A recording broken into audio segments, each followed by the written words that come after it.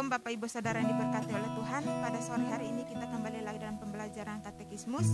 Kita masuk dalam pertanyaan yang ke-40. Pertanyaan ke-40 itu apa yang harus kita doakan? Nah, jawaban untuk menjawab pertanyaan di atas yaitu seluruh firman Allah mengarahkan dan menginspirasi kita kepada yang harus kita doakan, termasuk doa yang diajarkan oleh Yesus sendiri kepada kita. Nah, melalui pertanyaan di atas, kebenaran firman Tuhan yang terdapat yaitu pada sore hari ini itu dalam Efesus 3 ayat yang ke-14 sampai ayatnya yang ke-21. Efesus 3 ayat yang ke-14 sampai ayatnya yang ke-21.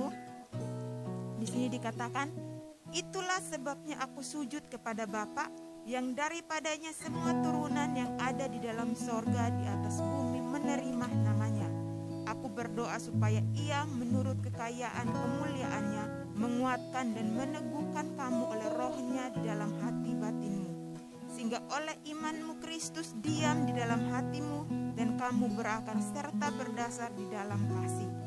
Aku berdoa supaya kamu bersama-sama dengan segala orang kudus dalam dapat memahami betapa lebarnya dan betapa panjang dan tingginya dan dalam kasih Kristus, dan dapat mengenal kasih itu sekalipun ia melampaui segala pengetahuan. Aku berdoa supaya kamu dipenuhi di dalam seluruh kepenuhan Allah. Ayat yang ke-20, bagi Dialah yang dapat melakukan jauh lebih banyak daripada yang kita doakan atau pikirkan, seperti yang ternyata dari kuasa yang bekerja di dalam kita.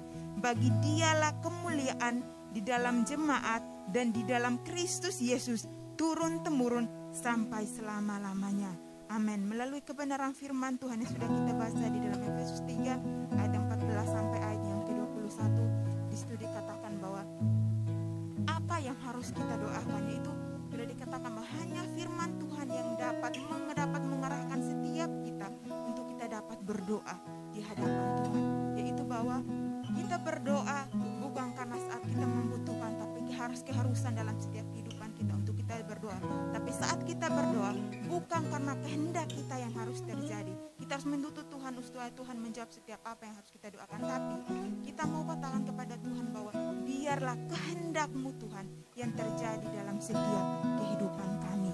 Nah, di sini juga saya ada ambil beberapa para ahli. Di sini beberapa para ahli yang menjelaskan. Yang ahli yang pertama di sini John Chrysostom mengatakan bahwa yang pertama, manfaat yang didapat dari kita membaca firman Tuhan atau kitab suci sangat besar dan persediaannya juga cukup untuk memenuhi segala kebutuhan kita.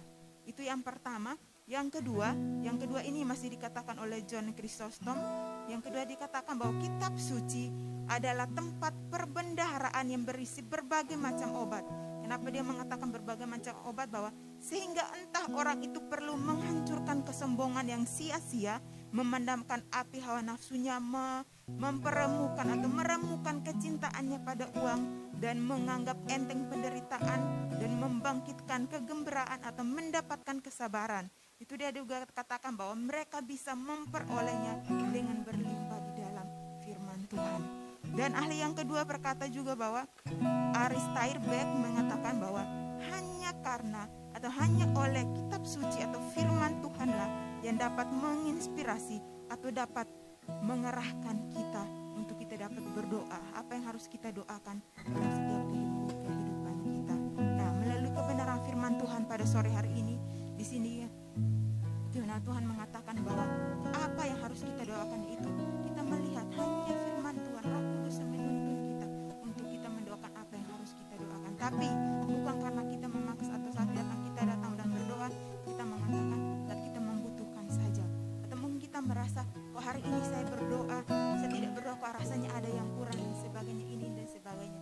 Tetapi biarlah segala sesuatu yang kita doakan dan sebagainya, biarlah kehendak Tuhan yang terjadi dalam setiap kehidupan kita. Maka saya mau katakan bagi kita semua bahwa doa bukan kita datang untuk